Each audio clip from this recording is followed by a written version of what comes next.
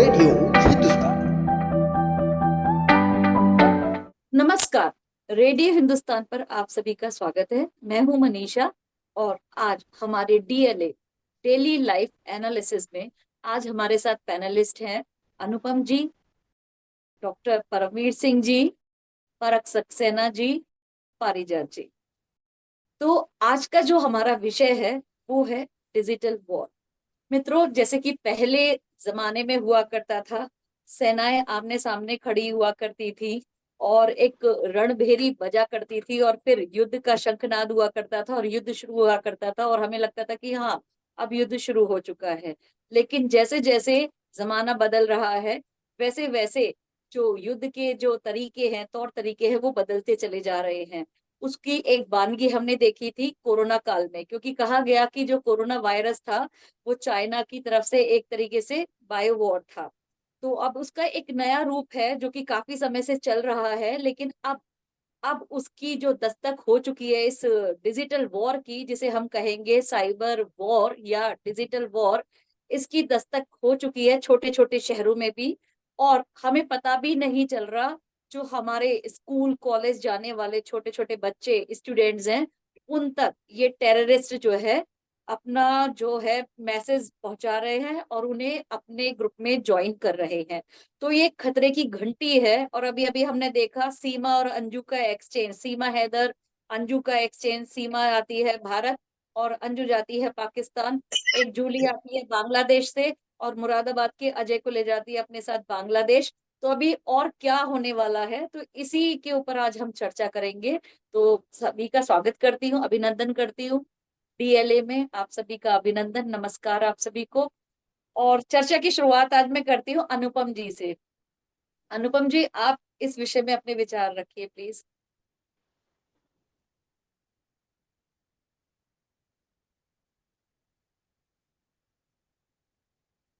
अनुपम sir, सुन पा रहे हैं आप? वॉइस नहीं आ रही आपकी। जी सर। अभी सुनाई दे रहा है? जी जी जी sir. It may be due to my headphone also, whatever it is. So now देखिए, डिजिटल वॉर जो है, this is a technological war. पहले सबसे पहले मैं सारे पैनलिस्ट को मेरा नमस्कार। और and very interesting, very very I am very very nice to see actually that Radio Hindustan is taking this kind of latest issues, rather technological issues, to make people aware about what is really happening and what may happen. See, technology अभी इस जगह पे पहुंच गया that you need to think beyond. इसका कुछ सीमा नहीं है कि आज सॉफ्टवेयर के जरिए, कंप्यूटर के जरिए, IT, by means of IT, you need to actually break your imagination. You can reach anywhere, and it can be anything. ये खाली फेसबुक, ट्विटर या एंड्रॉयड फोन या आईफोन नहीं है। In an iPhone, I have never used, but I was told that in an iPhone there is close to a lack of applications. In Android phone also there is a lack of applications which can actually we can do.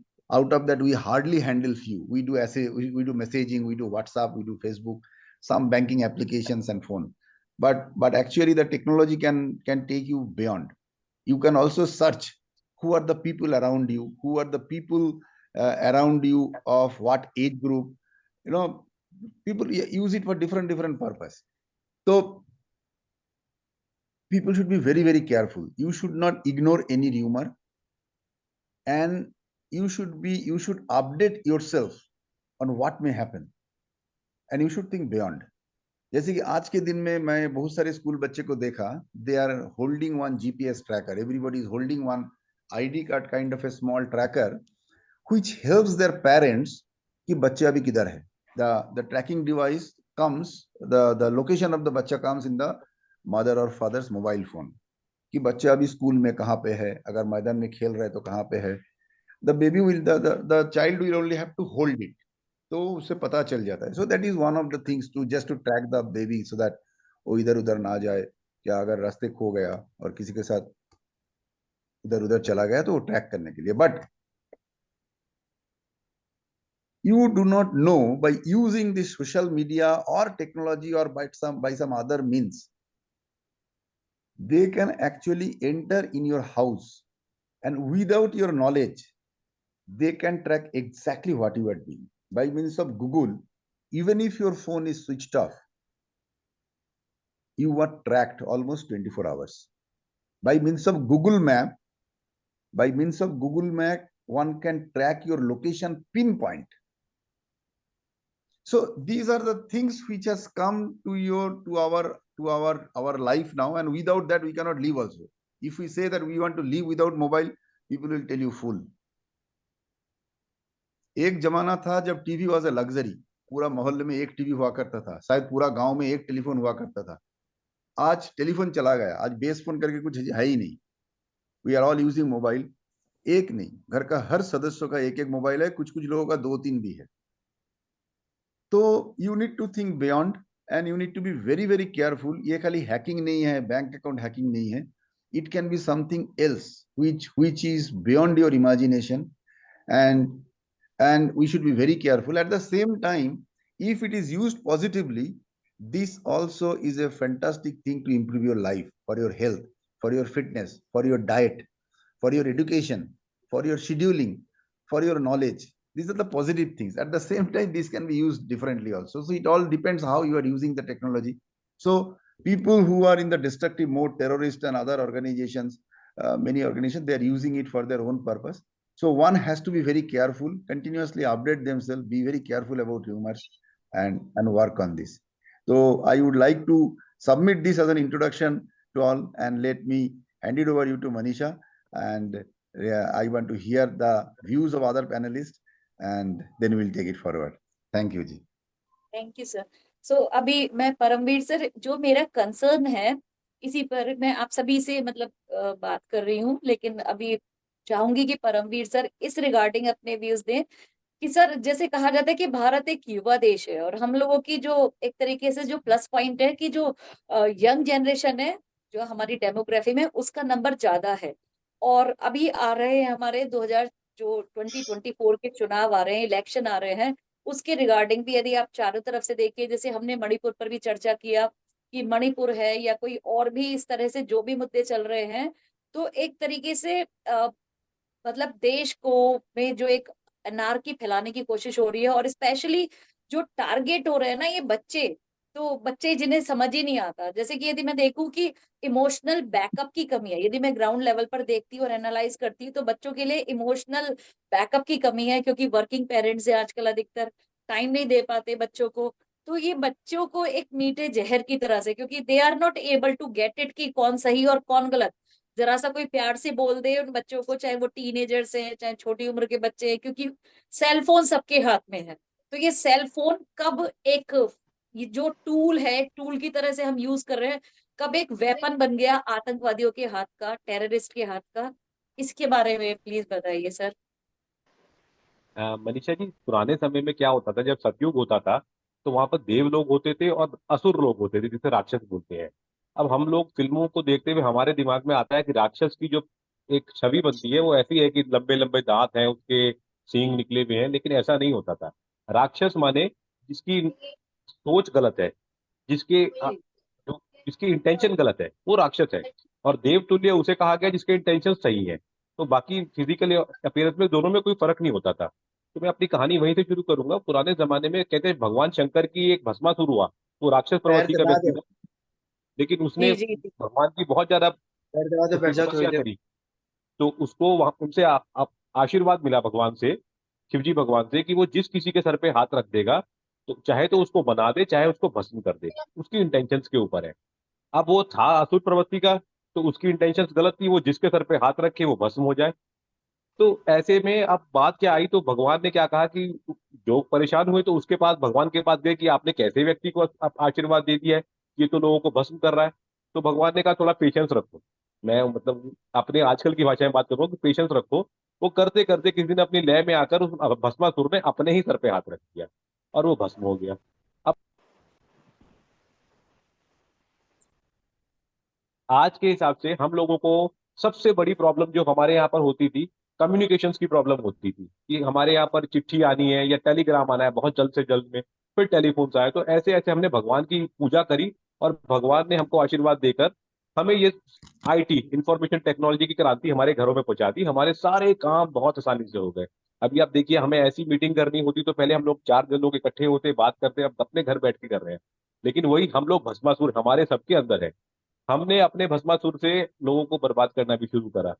कि अब आप देखिए छोटे बच्चों को जिनकी बात कर रहे थे हम लोग, ये बहुत शुरू में मेरे अगर आज भी आ रहा है, तकरीबन 15-16 साल में कॉलेज में था, तब सबसे पहले एक एमएमएस का सर्कुलेट हुआ था किसी महिला बच्ची के साथ में उस समय का। तो बड़ा अजीब सा झटका लगा था कि यार ये क्या हो गया, ये सब एमएमएस वगैरह तो लेके शुरू हुआ। और आज के दिन में देखिए ये बहुत कॉमन एक प्रॉब्लम हो गई है।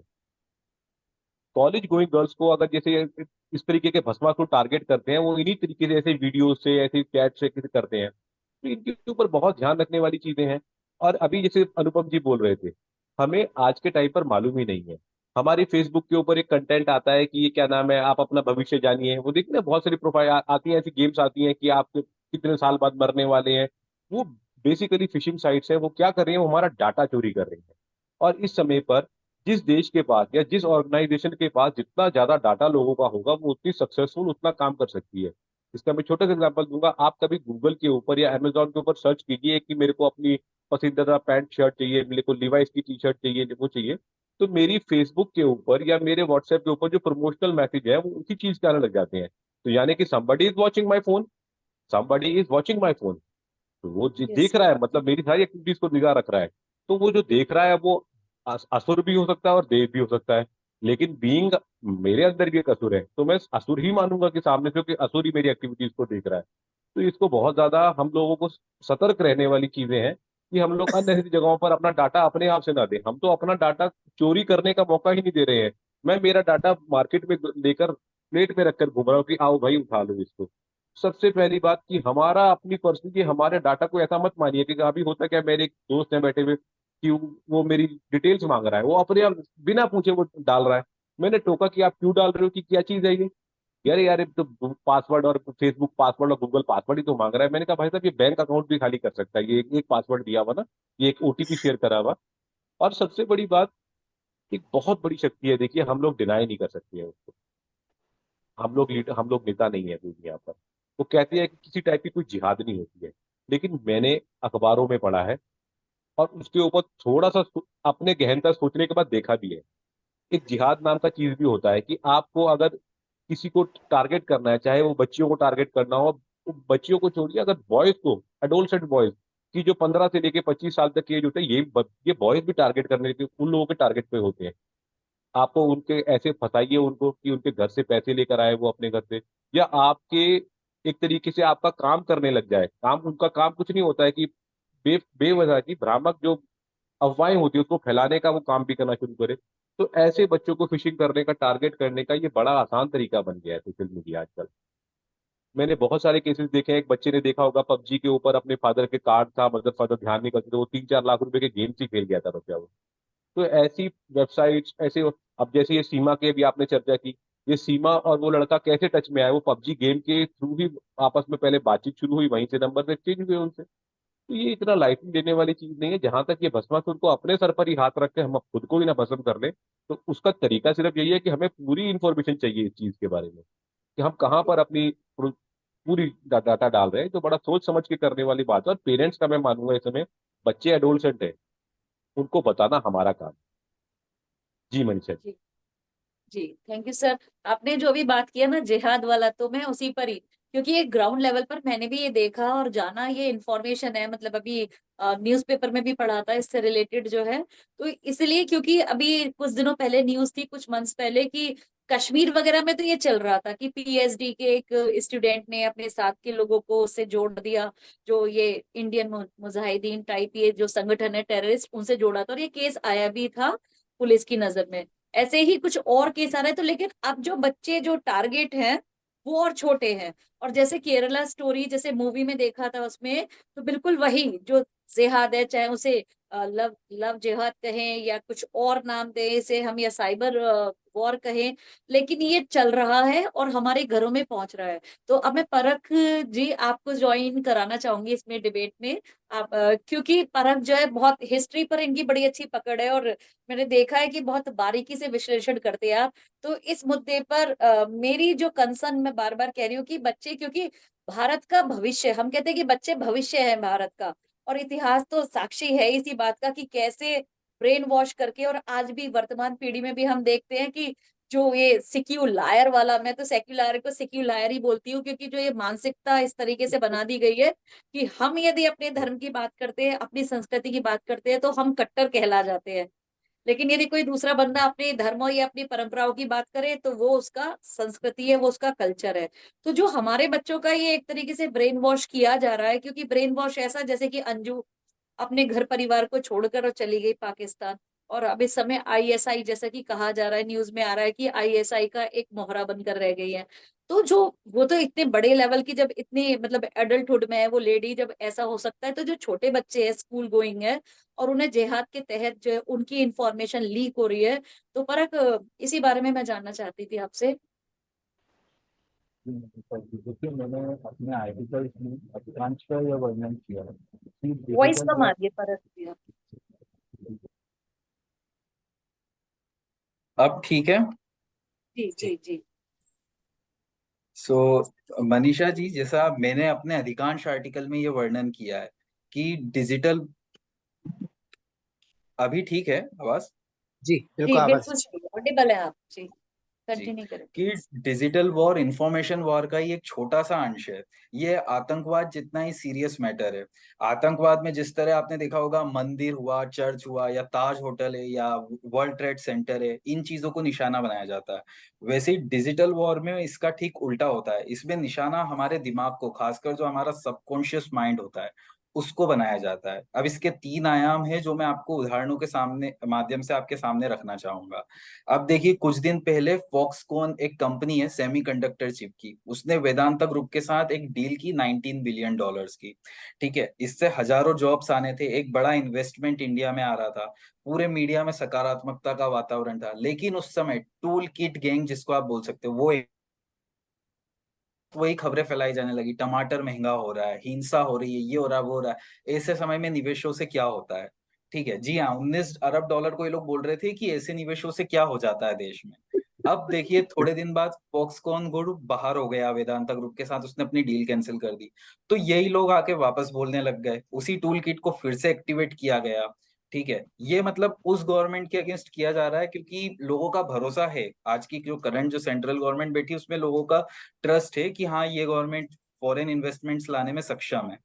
अब इसी चीज को यूज किया गया कि देखो, ये गवर्नमेंट फॉरेन इन्वेस्टमेंट लाने में सक्षम नहीं है। फॉक्सकॉन ने अपनी डील तोड़ दी। मोदी जी को कम से कम एक बार उनसे बात तो करनी चाहिए। अब मैं आज देख रहा था, आज मोदी जी फॉक्सकॉन की टीम के साथ बैठे हुए हैं। तो आज फिर ट्वीट आ रहे हैं कि मोदी जी उधर मणिपुर जल रहा है, ये हो रहा है, वो हो रहा है, और आप फॉक्सकॉन के साथ बैठे हो। तो आपने जैसे पहले कहावत सुनी होगी कि भैंस जब भी पूंछ उठाएगी गोबर ही करेगी। तो ये उसका एक राजनीतिक स्वरूप है कि जब भी कहीं कुछ डेवलपमेंट होगा या कुछ भी एक राष्ट्र हित की बात होगी, तो वहां पे ये डिजिटल वॉर अपने आप पिक्चर में आ जाता है। अब मैं इसका एक दूसरा उदाहरण बताता हूँ। मैंने अभी 2 वेब सीरीज देखी है पिछले हफ्ते में। उसमें अब मैं दोनों के नाम नहीं लूंगा कुछ कारणों से, लेकिन एक वेब सीरीज है जो एयर स्ट्राइक पर बेस्ड है, और जो दूसरी वेब सीरीज है वो एक पारिवारिक शो है, कॉमेडी थ्रिलर है वो। सो ये 2 वेब सीरीज हैं। तो जो पहली है, जो एयर स्ट्राइक से संबंधित है, उसमें आप देखिए कि भारत के कमांडोज पाकिस्तान जाते हैं, एयर स्ट्राइक करते हैं, आतंकवादी को मार देते हैं, और जब सफल होकर वो वापस लौटते हैं, तो वो कोई राष्ट्रवादी नारा नहीं लगा रहे होते। ये जो वेब सीरीज है, राष्ट्रवाद को ध्यान में रख के बनी है, पर इसमें कहीं राष्ट्र से संबंधित देशभक्ति का भाव ये कुछ भी नहीं है। वो लौट के आते हैं, वो जो जैसे अमेरिकन सोल्जर्स कर रहे होते हैं, ही हो, ये लोग वही कर रहे होते हैं नॉर्मल। अब आप खुद सोचकर देखिए कि आप किसी वॉर को क्यों सपोर्ट करेंगे। अगर भारत किसी देश के साथ युद्ध में है, तो आप उस युद्ध के लिए अपनी सेना का साथ क्यों देंगे? जब तक कि आप तभी दे पाओगे जब आपके अंदर एक राष्ट्रवाद की भावना होगी। तो ये एक डिजिटल वॉर का दूसरा पहलू है। कि आपकी उस भावना को ही पहले कुचलना है कि नहीं देखो ये सब चीजें तो ठीक है, उन्होंने टेररिस्ट को इसलिए मारा क्योंकि राष्ट्रवाद की बात नहीं है, तो इनके उसमें उनके करियर का भी एक पॉइंट ऑफ व्यू बताया गया था, तो उन्होंने उनके करियर को संवारने के लिए, अपने आप को हीरो बताने के लिए उन्होंने उसको मारा है। ठीक है, तो कॉन्टेक्स्ट है राष्ट्रवाद का, लेकिन डिजिटल वॉर या यूं कह लीजिए इंफॉर्मेशन वॉर, उसके माध्यम से गानों में जो फिट किया गया वो ये फिट किया गया।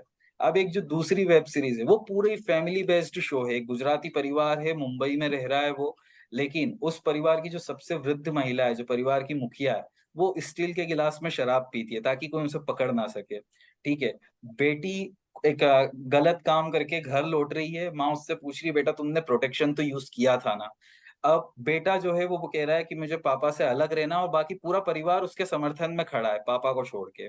ठीक है, और बिना किसी बात के वो अलग हो रहा है।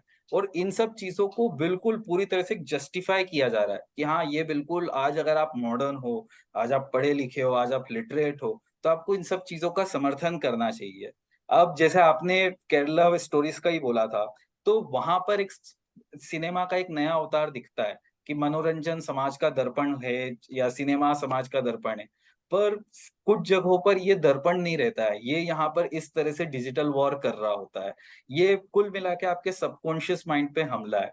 अब आप देखिए, मेसोपोटामिया की सभ्यता बनी थी वो नष्ट हो गई, माया सभ्यता बनी थी वो भी नष्ट हो गई, लेकिन सिर्फ एक यही सभ्यता है जिसे आप सनातन सभ्यता कह सकते हैं, हिंदू सभ्यता कह सकते हैं, जो महर्षि मनु के समय की बनी हुई है, पर यह आज तक चल रही है। तो अब समाज में कुछ हैं जो, जैसा कि परमवीर जी ने भी कहा, कि समाज में कुछ भस्मासुर हैं जिनका मोटिव ही यही है, इन्हें सभ्यता समाप्त करनी है, उसी में उन्हें खुशी मिलेगी। तो ये उन्हीं के माध्यम से इसे भ्रष्ट करने का प्रयास हो रहा है। और तीसरा और अंतिम, जो सोशल मीडिया प्लेटफॉर्म की वजह से लव जिहाद और आतंकवाद जैसी गतिविधियों को भी बढ़ावा दिया जा रहा है। अब जैसे सीमा हैदर का भी केस सुर्खियों में है। ठीक है, तो एक चीज यह थी कि इसी डिजिटल प्लेटफॉर्म का फायदा उठाकर उसे भारत में प्रवेश मिला है। यहाँ पाकिस्तान, अफगानिस्तान से आए हुए इतने सारे अल्पसंख्यक हैं जो यहाँ पर भटक रहे हैं, उनके पास घर नहीं है, पर कम से कम किस्मत से इस डिजिटल वॉर के माध्यम से उसके पास रहने के लिए भारत में अब अपना घर भी है।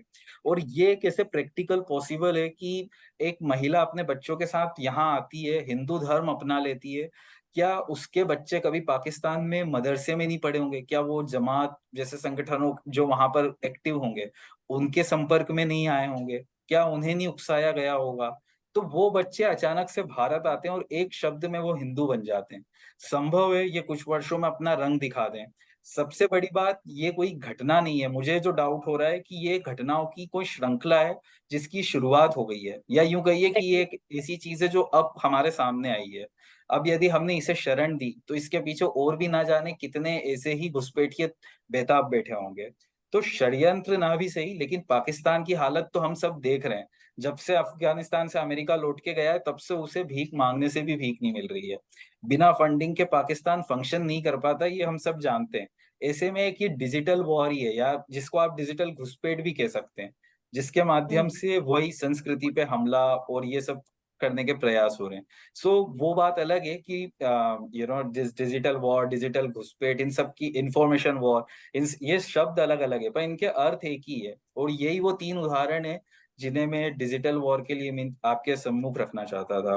और बहुत बहुत धन्यवाद चर्चा के लिए। जी जी जी। आपने परख एक बहुत नया मोड़ दिया इसी बात को कि डिजिटल वॉर, क्योंकि ये भी तो एक तरीके का डिजिटल वॉर है, जो ब्रेन वॉश किया जा रहा है, नैरेटिव्स जो सेट किए जा रहे हैं। तो एक मतलब बृहद रूप है, बहुत बड़ा वाइड इसकी एक तरीके से पकड़ है। और मतलब नैरेटिव इसी तरह से, तो इसमें सारी घटनाएं आती हैं। आप चाहे वो वेब सीरीज की बात करें तो वो भी एक डायरेक्टली हमारी संस्कृति पर एक तरीके से हमला है। मैंने जो पॉइंट उठाया था वो ये था कि स्कूल कॉलेजों में जो स्कूल गोइंग बच्चे हैं, तो मतलब एक जो माहौल चल रहा है ना, तो एक कहे कि कली काल भी चल रहा है। टाइम नहीं है पेरेंट्स के पास अपने बच्चों के पास देने के लिए, और उनकी गलती भी नहीं है, क्योंकि जिस हिसाब से जो चीजें चल रही हैं, समय घटित हो रही है इस भौतिकवादी युग में, तो उस समय उन्हें दोनों का ही काम करना भी जरूरी है। लेकिन जो एक ये इमोशनल बैकअप की जो जरूरत है बच्चों को, क्योंकि यदि मैं कहूँ ना, वो एक गजल आती है कि हर जगह, हर जगह, हर तरफ बेशुमार आदमी, फिर भी तन्हाइयों का शिकार आदमी। तो ये तन्हाइयों वाला जो सबसे ज्यादा अटैक हो रहा है, बच्चे अकेलेपन के ज्यादा शिकार हो रहे हैं। है ना। तो ये एक नैरेटिव सेट करके कि उनके साथ के ही बच्चे, उनके जो ये इंफॉर्मेशन है, मतलब इसलिए मैं नाम नहीं लेना चाह रही थी, कि जो हमारा दुश्मन देश है उसके चैट ग्रुप में बच्चों के नंबर ऐड किए जा रहे हैं, स्पेशली गर्ल्स के।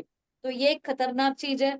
दूसरी बात जो है, जो जैसे कि आपने उठाया कि हमारे इतिहास, हमारी संस्कृति के ऊपर एक ही हमला है, तो पारिजात सर, आप इसे डिजिटल वॉर को किस एंगल से देखना चाहेंगे?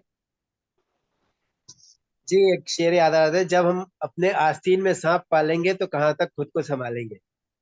तो इस डिजिटल वॉरफेयर को, ये जो है एक भिखारी देश, जिसको हम देश कहते भी नहीं है, देश भी नहीं है वो, कुछ गुंडों का और कुछ कबायली लोगों का, कबीलों का एक एरिया है, जिसे दुनिया में पाकिस्तान के नाम से जाना जाता है, जो बड़ा गलीज किस्म का घटिया देश है। तो भारत से जलता है, भारत से ही जन्मा है वो, और भारत के खिलाफ अपनी हरकतें करने से बाज नहीं आता है। वो बजाय कि वो रोटी पर ध्यान दे, जो रोटी के लिए मोहताज है वहां की जनता, तो वो कश्मीर के नाम पर और जिहाद के नाम पर और भी दूसरे मसाइलों को लेकर के भारत के खिलाफ अपनी कोशिशें जारी रखता है अंतर्राष्ट्रीय प्लेटफॉर्म्स पर भी। लेकिन अब वो मुंह की खा रहा है, क्योंकि देश में एक नया राष्ट्रनायक का उदय हुआ है, जिसे 2014 के बाद से नरेंद्र मोदी के नाम से जाना जाता है, जो विश्व के सबसे शक्तिशाली नेताओं में एक है, और सर्वोच्च कहे तो भी अतिशयोक्ति नहीं होगी। तो ऐसी स्थिति में जो आपने कहा, आप इसको कैसे देखते हैं, सबसे कमजोर कड़ी किसी भी देश की या किसी भी परिवार की क्या हो सकती है? आने वाली जनरेशन, हमारे जो युवा है, हमारे घर के जो परिवार के जो युवा है, हमारे देश के जो युवा है, बहुत कमजोर है, क्योंकि वो पूरी तरह से विकसित नहीं है। बदन में, धमनियों में रक्त दौड़ रहा है, जवानी का जोश है, और होश कम है, बस दुनिया हिला देगा का एक ख्याल है। ऐसे में बड़े आराम से डिजिटल कॉन्स्पिरेसी, जिसे मैं कहता हूं, जिसे हमारे मित्र ने परख ने इंफॉर्मेशन वॉरफेयर का बिल्कुल सही कहा, तो उसके माध्यम से इस कमजोर कड़ी को सीधे टारगेट करके देश के भविष्य को बर्बाद ही नहीं, तहस नहस ही नहीं, मतलब देश को खत्म करने की एक बड़ी साजिश की शुरुआत है। जो उन्होंने कहा कि ये घटना नहीं है, घटनाओं की श्रृंखला है। वही मैं कहता हूं कि एक के साथ एक फ्री नहीं, एक के साथ हजार फ्री है। एक तो घटना खुल गई है, एक विष घट की एक बूंद बाहर आई है, आपको पता नहीं कितना विष का बड़ा घड़ा नीचे गड़ा है, कितनी सारे और बहुत सारी सीमाएं, अंजू, और जो एक एक महिला का और बताइए कि कहाँ कहाँ फैली हुई है भारत में, किस तरह से इनका काम चल रहा है। देखिए, बहुत अच्छी बात है कि हमारे देश में विभीषण और जयचंद जैसे लोग हुए, जिन्होंने ये बता दिया कि हम जैसे लोग आगे भी आते रहेंगे और देश को बर्बाद करने का काम करते रहेंगे। पर कितने राम होते हैं, कितने कृष्ण होते हैं, कितने अर्जुन होते हैं हमारे, ये कम होते हैं। हमारे देश के राष्ट्रनायक हमें कितने मोदी है इस देश में, ठीक है। पर हमें खुशी की बात है, हमारे नए युवा नायक है जो सामने आ रहे हैं, जैसे परख सक्सेना जी हमारे साथ है। बहुत अच्छी सोच है, रचनात्मक ही नहीं, बहुत ऐतिहासिक दृष्टि है, विश्लेषक है, लेखक है, और नए नए नए नए वक्त के नए इतिहासकार हैं, जिनके अंदर सनातन का प्रतिनिधित्व भी है और राष्ट्र के प्रति प्रेम भी है। एक परिपक्व व्यक्तित्व का एक संदेश है इनका जीवन। एनीवेज, मैं इनकी प्रशंसा अब नहीं कर रहा, मैं एक बात कह रहा हूँ कि नए राष्ट्रनायक उभर के आ रहे हैं इस देश को बचाने के लिए। जयचंद और मीर जाफर और विभीषण तो बहुत सारे हैं, तो उन लोगों को इस्तेमाल करके सीमा और अंजू जैसी महिलाओं का या नई पीढ़ी का या नए लोगों का इस्तेमाल हो रहा है। लेकिन जहां तक बात यह है कि जो कल मैं बात कर रहा था इस कार्यक्रम की संचालिका, जो एडिटर है मनीषा जी से, कि एक सीमा नहीं है इस देश में, हजारों और लाखों हो सकती, एक तो सामने आ गई, बाकी सीमाओं का क्या? वो सीमाएं किस सीमा तक आगे बढ़ चुकी होंगी अपने काम में, जिसके लिए उन्हें ट्रेंड किया गया है। उनके जो बच्चे हैं, कम से कम 5 साल इस महिला को और इनके बच्चों को ट्रेंड किया गया है। जब वो एक ऐसे देश में, भारत छोटा मोटा देश नहीं है, इस देश में इसकी अंतरराष्ट्रीय स्तर पर इसकी ऊंचाई, इसका कद कितना बड़ा है, इसको देखते हुए, जैसे भारत से कोई जासूस जाए अमेरिका, तो वो किस तरह की तैयारी करके जाएगा, वैसी तैयारी पाकिस्तानियों ने इनकी की। उसके बाद इसको बताने के लिए, भाई ये तो आम चलन है, युवा प्यार करते तो मजहब और सरहद नहीं देखते हैं, तो यहाँ से सीमा आई तो इधर से अंजू गई, इसको दिखाने के लिए अंजू वाला पहले से तैयार उन्होंने काम गेम खेला, क्योंकि ये प्लान बी का हिस्सा था। देखिए प्लान बी नहीं, प्लान सी और प्लान जेड तक इन्होंने तैयारी की है, क्योंकि ये इतनी चमत्कारी महिला है सीमा, कि इतनी हमारी जांच एजेंसियां इससे लगातार पूछताछ में जुटी हुई है, कोई भी अभी तक पकड़ नहीं पाई एक ऐसा सूत्र जिसको पकड़ करके बहुत अंदर तक जाया जा सके। इतनी बढ़िया तैयारी, इतने एग्जाम पास किए होंगे इन्होंने भारत में आने से पहले सीमा और उनके बच्चों ने, कि आप हैरान रह जाएंगे उनको और भी क्या क्या सिखाया होगा, देश धर्म संस्कृति हमारी हिंदुओं की, जो हम अपने बच्चों को नहीं सिखाते। तो इसलिए ये काफी आगे, हालांकि ये पकड़ में आ जाए, पर ये विषय जिस आप सभी लोगों के जीवन से जुड़ता है, मेरे भी जीवन से जुड़ता है, हम सभी भारतीयों के, और उन सभी भारतीय, विशेष रूप से उन भारतीयों के जीवन से जुड़ता है जो देश से प्रेम करते हैं। तो हमको लगता है हमारी अपनी एक भूमिका है, हमारा अपना एक दायित्व है, जिसमें से एक दायित्व का निर्वहन हमारी संचालिका महोदया कर रही है, मनीषा, और हम लोग अपनी अपनी जगह पर इसको सपोर्ट कर रहे हैं, समर्थन दे रहे हैं। तो मेरा विचार ये है कि हम जहां भी हो, जैसे भी हो, हम जैसा भी कर सके, जिस तरह से भी कर सके, इसके खिलाफ अपनी अपनी कोशिशें, जैसे कि इन्होंने अपनी कोशिशें जारी रखी, हम भी जारी रखें। जैसे हमारे मित्र परख लेखन करते हैं, मनीषा आप पत्रकार है, आप शो होस्ट करती हैं, इस तरह के विषयों पर आप अपने विचार देती है, लोगों को विचार आमंत्रित करती है, आप वो कीजिए। अनुपम जी बहुत अच्छे वक्ता है और बहुत अच्छे दार्शनिक, देशभक्त विचारधारा के हैं, और इसी तरह परमवीर जी से भी परिचय हुआ मेरा, और सौभाग्य कि ऐसे महत्वपूर्ण लोगों के साथ मेरा इस प्रोग्राम के माध्यम से तारुफ हो सका। लेकिन मेरा ये कहने का है कि क्यों ना हम मिलकर के किसी एक ऐसी योजना का निर्माण करें राष्ट्रव्यापी रूप से, हम जिससे और कितने सारे लोग होंगे जो राष्ट्रवादी होंगे, राष्ट्रप्रेमी होंगे, सनातन धर्मी होंगे, जिन्हें लगता है कि इनका कर्तव्य है हम अपने राष्ट्र की रक्षा करें। देखिए अगर हम परिवार में अपने माता पिता के साथ खड़े नहीं है, तो हम हमसे निकृष्ट कोई नहीं है, हम इस परिवार के अंग नहीं है, हम इस परिवार के शत्रु है। तो समाज और हमारा देश हमारा परिवार है, हमें राष्ट्र के साथ खड़े होना है। राष्ट्रवाद को बड़ी गालियां दी जा रही है, ऐसे गालियां देने वालों को मुंह तोड़ जवाब हमें देना है। किस तरह से देना है, इसमें भी सीमा, समय और मर्यादा का हमें ध्यान रखना है, ताकि हमको कोई कटघरे में ना खड़ा करे, लेकिन हम अपना रचनात्मक योगदान देते रहे। ये भी एक रचनात्मक योगदान है जो इस विषय पर आज हम लोग बात कर रहे हैं। तो अब मैं बहुत जल्दी अपनी अपनी बात का समाहार करूंगा, अपने विचारों का, कि हम इस तरह की सीमाओं को अपने अड़ोस पड़ोस में अपनी नजरों से ओझल न होने दें। हम जहां भी हो, जैसे भी हो, नजर रखें ऐसी कोई भी चीज जो अचानक हो रही हो, ऐसा कोई भी प्रेम प्रकरण हमारी दृष्टि में आ रहा हो, तो हम अथॉरिटीज को सूचित करें, मीडिया को सूचित करें, महत्वपूर्ण और जिम्मेदार लोगों को सूचित करें। हम रेडियो हिंदुस्तान के और इस तरह के दूसरे मंचों पर ऐसी बातों को लाए, क्योंकि वहां भी इसी तरह की कोई विष बेल फल फूल रही हो सकती है, क्योंकि एक बहुत बड़े लेवल पे चल रहा षड्यंत्र हो सकता है। बहुत अच्छी बात कही, डिजिटल वॉरफेयर, डिजिटल कॉन्स्पिरेसी, जिहादी डिजिटलिज्म या डिजिटल जिहादिज्म, कुछ भी आपको कई रूप दे सकते हैं। कुल मिला के जो परख ने कहा कि बात वही है, ये शत्रुता का एक नया रूप है जो कि हमारे खिलाफ इस्तेमाल किया जा रहा है, क्योंकि कोई भिखारी देश तो हमसे लड़ नहीं सकता, तो इस तरीके से पीछे से वार करेगा, और वो कर रहा है, कोशिश कर रहा जी, thank you sir. Anupam sir, अब मैं आपके पास आती हूँ। डिजिटल वॉर, जैसे हम बार बार बात कर रहे हैं, अलग अलग बातें कर रहे हैं, तो जैसे अभी पारिजात सर ने भी उठाया इसके ऊपर एक नया इसका पहलू, और ये बात मेरे मन में भी चल रही थी कि सरकार मतलब जैसे एक तरीके से डिफेंसिव वे में आ चुकी है। मणिपुर की भी हमने चर्चा की थी उस दिन, तो आज ये भी एक तरीके का डिजिटल वॉर है कि नैरेटिव इस तरीके से सेट किए जा रहे हैं। चाहे वो विगत वर्षों में हुआ शाहीन बाग, वो शाहीन बाग में मर्डर हो जाता है एक आदमी का, कोई पूछने वाला नहीं होता कि वो कौन था बेचारा, उसके साथ क्या हुआ, है ना। 70 साल में एक पार्टी दीमक की तरह देश को घुन लगाकर खा जाती है।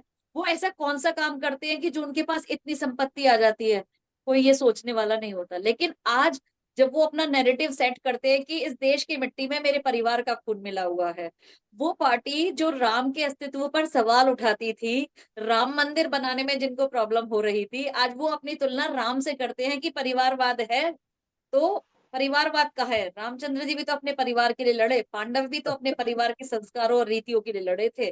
तो वो इस तरह से कोट करते हैं हमारी संस्कृति से। तो मेरे कहने का अर्थ ये है सर, और दूसरी बात ये है कि मुझे सरकार का, कि ये क्या आपको सरकार की विफलता नहीं लगती कि सामने वाली पार्टी, आप मतलब पार्टी में होकर, सत्ता में होकर, और आप सामने वाले को अपने ऊपर छाने देते हैं, यानी कि आप उसके प्रभाव में आ जाते हैं। जो देश में जनमत चल रहा है, क्योंकि मैं ग्राउंड लेवल की बात कर रही हूँ, मैं न्यूज की बात नहीं कर रही, लोगों के अंदर भी ना जो गवर्नमेंट है उसके उसके प्रति जो है अविश्वास की भावना आने लग गई है, जितना चल रहा है। जैसे मणिपुर जल रहा है, तो ये मैंने यंगस्टर्स में देखा, जो नई जो पीढ़ी है पत्रकारों की, उनसे मेरा राब्ता हुआ, तो उन्होंने भी कहा कि हाँ सरकार निकम्मी है, कुछ नहीं कर रही, महिलाओं के साथ गलत हो रहा है। तो ये सरकार की विफलता, और इसी के बारे में मैं जानना चाहूंगी आपसे। मनीषा जी धन्यवाद। आपको सबसे पहले मैं एक चीज बोलना चाहता हूँ कि आप अभी तक मैं 3 पैनल डिस्कशन में आपके साथ जुड़ा हुआ हूँ।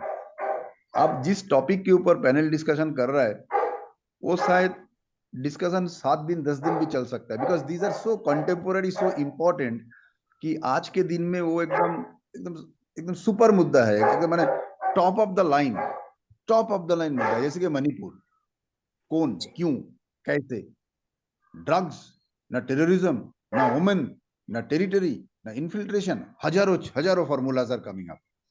सिमिलरली आपने यूसीसी के ऊपर बात किया, आज आपने साइबर वार के ऊपर बात कर रहे हैं। अभी जो 2 मिनट आपने बात किया, उस 2 मिनट में आपने और 10 मुद्दा उठाया, उनमें राम है, पांडव है, सरकार का फेलियर है, सारे चीज। तो there are so many thing attached to this. आप देखिए पुराना जमाने में, हाल में हमारा what is war? Two groups are fighting, कोई बंदूक लेके, कोई मिसाइल लेके, कोई कमान लेके, तो कोई सबमरीन लेके, तो कोई एयरक्राफ्ट कैरियर लेके, वगैरह वगैरह। बट आज मैं अगर मनीषा जी आपको पूछूं, सारा पैनलिस्ट को मैं पूछूं, what is boundary? What is boundary? Not geographical boundary. What is boundary? There is no boundary, infinity. जो बंदा इंटरनेशनल स्पेस स्टेशन में बैठा है वो परिवार के साथ वीडियो कॉन्फ्रेंस कर रहा है, वो तो दुनिया का सीमा पार कर चुके हैं और वहां से वीडियो कॉन्फ्रेंस कर रहा है। So what is boundary? So that is cyber war. So there is no boundary. Through Google map you can reach to any place in Kashmir, any place in Pakistan, any place in Bangladesh, Afghanistan, America, Russia, Europe, कहीं पे भी जाइए, and you can pinpoint house number 20, you can pinpoint house number 101 of a particular street. So definitely we have a adat to blame sarkar all the time. I also do, let me accept the fact, but sarkar is not a magic कि कुछ भी बोलो, ले बेटा लड्डू ले ले, सरकार की तरफ से एक लड्डू आ गया। नो, सरकार is not a laddoo manufacturing thing कि कभी भी बोलो एक लड्डू पॉकेट से। No, see you also as a citizen you need to be very very conscious. आपका बैंक अकाउंट प्रोटेक्ट करने का जिम्मेदारी आपका है। आप like a fool, you will be pass on your password on a prank call, and then all of a sudden you will find that your bank account is empty, and then you go and file a case in cyber crime। वो बोलेगा आपने तो खुद password दिए हुए हैं, आपने तो जानबूझकर पासवर्ड दिए हुए हैं, why you have given? उसका जवाब कौन देगा? और ऐसा एक नहीं, शायद आपका पड़ोस में भी ऐसा घटना हुआ, मेरा परिवार में ऐसा घटना हुआ। So cyber crime has no boundary. It is related to your bank account, post office account, your parivar, your house location, and your security, your desh ka security. I have faced many times the cyber crime thing. मैं बता रहा हूँ, मैं एक organisation में काम कर रहा था जहां का मेन सर्वर अटैक हुआ, and within seconds सर्वर का कंप्लीट इनक्रिप्टेड हो गया, and one message has come in Chinese and in English, please submit so much Bitcoin in this particular account and your data will be restored. मैं खुद cyber crime department में गया बेंगलोर में, उन्होंने जो पदाधिकारी थे उन्होंने बोला ये ऐसा बहुत हो रहा है। मैंने बोला बहुत हो रहा है, बहुत अच्छा, लेकिन मेरा पूरा कंपनी का डेटा निकल गया, सर्वर का पूरा डेटा निकल गया, मदद करो। बोला हाँ कर रहा हूँ। बोला FIR लो। नहीं लूंगा, अब GD करो। मैंने बोला सर मैं कंपनी का बात कर रहा हूँ, मैं कुछ छोटा मोटा चीज नहीं कर रहा हूँ, मैं एक कंपनी का बात कर रहा हूँ जहां का पूरा सर्वर का डेटा एनक्रिप्टेड हो गया। मैं आपको बता रहा हूँ मनीषा जी, खेत के साथ कुछ नहीं हुई। दूसरा घटना मेरे साथ हुआ उसके भी पहले, तब मैं और एक कंपनी का बात कर रहा हूँ, वहां का जो IT मैनेजर है उसको समझ में आ गया समथिंग गड़बड़ is going on, and he immediately switched off the main switch, power switch off कर दिया, और जितने सारे तार था सब तार खोल दिया। The server saved. तो आज के दिन में सोचिए कि हम लोग एंटीवायरस कहता हूँ, फिर साइबर वार कहता हूँ, तो क्या काफी तरह इंग्लिश वर्ड बाजार में आ चुके हैं और सबके लिए एक रेमेडी है, वो भी एक बिजनेस हो चुके हैं. That also has become a business to protect you. But at the end आप मोदी जोगी को दोष मत दीजिए. You also need to be very watchful on your phone, on your laptop, and what kind of sites you are browsing. कुछ काम नहीं है, बैठ के आप उल्टा पुल्टा साइट ब्राउज करेंगे और वहां से कोई वायरस आके या कोई साइबर साइट आके आपके अंदर जाके आपका डेटा इनक्रिप्ट कर दिया, उसके लिए आप मोदी को प्लीज ब्लेम मत कीजिएगा. And as I told you today, we do not have a boundary. So hacking is an industry, and attacking your computer is also an industry, organized crime. So in some places it's not a crime. In some places it is not a crime. It is a way of life. It is earning. कुछ लोगों का profession है, वो घर खरीदा, गाड़ी खरीदा उस प्रोफेशन के, यही करके. तो you need to also recognize कि in some places this is an industry, this is a way of life, this is earning. सिखाया जाता है वो कि आप कैसे हैक करोगे, कैसे दूसरे अकाउंट से पैसा निकालोगे, etc etc. And that is without using even a small chakku, without using even one weapon. This is the weapon today. एक छोटा सा र्यूमर फैला दीजिए एक सिनेमा हॉल में, स्टैम्पीड होके 100 लोग मर जाएगा. एक छोटा सा र्यूमर फैला दीजिए एक स्कूल में, एक छोटा सा र्यूमर फैला दीजिए स्कूल में, एक साथ 1000 गर्जियन 1000 गाड़ी लेके स्कूल के गेट में आ जाएगा, just on A rumour, on an SMS. तो ये सब चीज को प्रोटेक्ट करने के लिए there is, I do not believe कि there is a way to do this. You need to be very very watchful. The most important thing जो आज हम लोग खो चुका हूं, पीपुल्स कनेक्ट. आज हम लोग को अपना पड़ोसी का नाम भी मालूम नहीं है. अगर ऐसा कोई SMS आया कि ऐसा ऐसा चीज हो रहा है, किसी को पूछने का भी हमारे पास एक कॉन्टेक्ट लिस्ट में ऐसा कुछ नहीं है कि इसको मैं दिल से पूछूं कि भाई साहब ऐसा कुछ हुआ, सुनाई दिया क्या. We have all formal relation, informal relation has gone. बचपन में हम लोग जैसे खाली पांव गला पकड़ के दोस्तों के साथ घूमते थे, आज वो चला गया. आज स्नीकर पहन के बच्चे लोग डिस्टेंस मेंटेन करके दोस्तों के साथ घूमते हैं कि इन्फेक्शन हो जाएगा. बेटा डिस्टेंस लेके चलना, because the trust between friends has also gun. It became professional friendship, not friendship. And मैंने काफी मेरा पुराना जो टीचर है उन लोग से बात करता हूं अभी भी. वो लोग बोलते हैं पहला जमाने में जो चांटा मरने का जो रीति था, that will come back one day. That will come back one day because that teaches a different kind of a lesson. तो मैं ये बोलना चाहता हूँ, I do not know how to actually explain you this, कि we need to have a people connect. That is more important. सब कुछ है हमारे पास, बट हम लोग गलत तरीका से, not गलत, different तरीका से हम लोग इस्तेमाल कर रहे हैं. And we need to always understand that technology has two sides. One is a good side, another is the evil side. Same Osama bin Laden, who became a brilliant terrorist, could have become a brilliant scientist as well. He has used his brain to destroy World Trade Center. Had he used this brain to construct World Trade Center, शायद दुनिया में 100 WTC आ जाते. लेकिन उन्होंने सोचा था कि world Trade Center को तोड़ूंगा. And that too using technology. आप सोचिए, आसमान में बाएं तरफ 1000 किलोमीटर, दाहिने तरफ 1000 किलोमीटर जमीन खाली पड़ा हुआ है. वो एक आसमान का हाईवे से जा रहा है. कितना पिन पॉइंटेड उसका एक्यूरेसी है टेक्नोलॉजी का, कि एग्जैक्टली जाके वर्ल्ड ट्रेड सेंटर का वो नैरो बिल्डिंग आप आसमान से देखोगे तो it will look like a thread, उसमें जाके एकदम सेंटर में मारा, पूरा बिल्डिंग गिरा दिया. सर मेरा जो क्वेश्चन था एक्चुअली, वो मोदी जी और योगी जी को डायरेक्टली ऐसे ब्लेम करना नहीं था. मतलब गवर्नमेंट काम कर रही है ना, लेकिन अभी ये वो वाला टाइम नहीं है ना जब आपका जो दुश्मन है वो इतना शातिर है और भोली भाली जनता है, जैसे मेरे कहने का अर्थ है. तो फिर उसमें ना सर क्या गवर्नमेंट को ये नहीं लगता कि पहले से इतना स्मार्ट रहना चाहिए, स्मार्टली वर्क करना चाहिए, कि जो सामने से ये टूल किट से निकल कर आ रहे हैं, जैसे परख ने भी कहा अभी कि टूल किट चल रहा है, ऑफ कोर्स ये टूल किट चल रहा है, लेकिन ये एक एक बात को जैसे आई मीन टू से कि सरकार को जैसे घेरा जा रहा है, तो सरकार को बजाय डिफेंसिव उसमें होने के अग्रेसिव मोड में नहीं होना चाहिए।